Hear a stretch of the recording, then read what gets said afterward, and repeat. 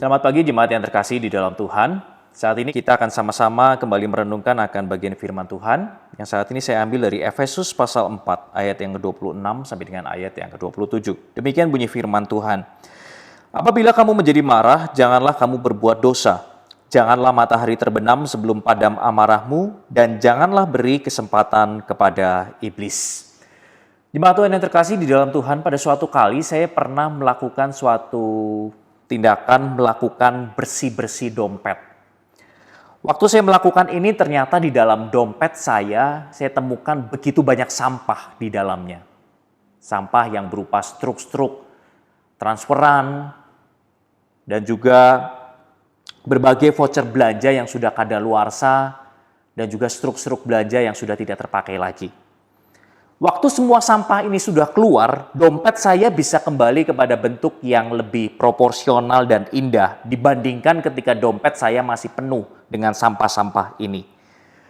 Jemaat Tuhan yang terkasih di dalam Tuhan, kebiasaan mengumpulkan sampah di dalam dompet ini terjadi bukanlah karena kita mau sengaja mengumpulkan sampah-sampah ini, tetapi lebih karena kita dipengaruhi oleh sebuah pola pikir sayang untuk membuang sesuatu.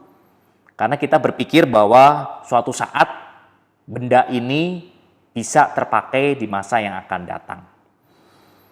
Jemaat Tuhan yang terkasih di dalam Tuhan, pengalaman dengan dompet ini tadi mungkin suatu hal kecil yang terjadi karena kita punya pola pikir sayang untuk membuang sesuatu.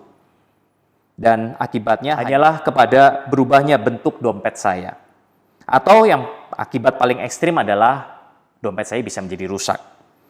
Namun bagaimana ketika pola pikir sayang membuang sesuatu ini terjadi di dalam area non-fisik di dalam kehidupan kita?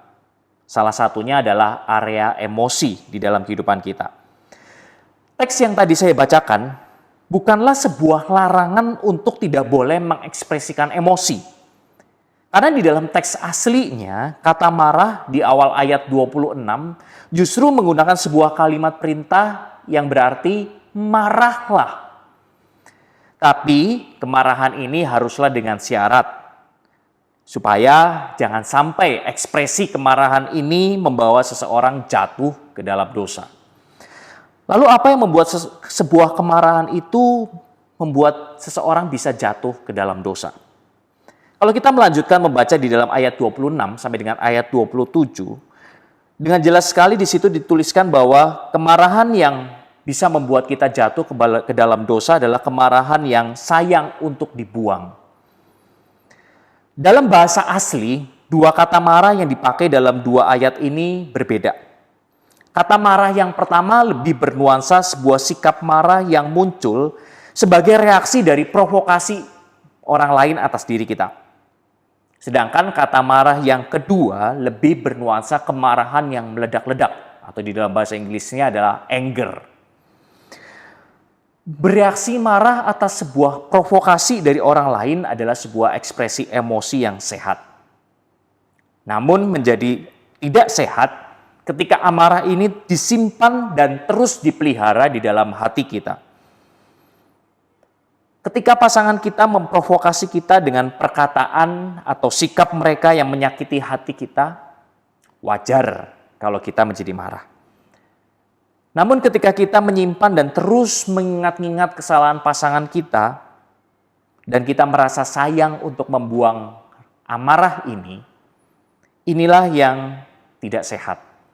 Dan inilah yang dikatakan oleh Paulus di dalam Efesus, ini bisa menjadi celah atau kesempatan bagi iblis untuk kita bisa jatuh ke dalam dosa yang lebih besar lagi. Jemaat Tuhan yang terkasih, masa-masa pandemi ini memang menjadi sebuah masa yang terasa begitu berat. Namun cobalah untuk kita bisa membersihkan hati kita untuk hal-hal yang bisa kita bersihkan. Keluarkan hal-hal yang tidak perlu kita simpan dalam hati dan hidup kita. Dan saya yakin ini akan menolong hidup kita menjadi terasa lebih ringan. Mari kita belajar untuk melakukan perintah dari Tuhan Yesus yang mengatakan untuk kita melepaskan pengampunan 7 kali 70 kali terhadap satu orang yang bersalah atau terhadap satu orang yang memprovokasi kita untuk kita marah.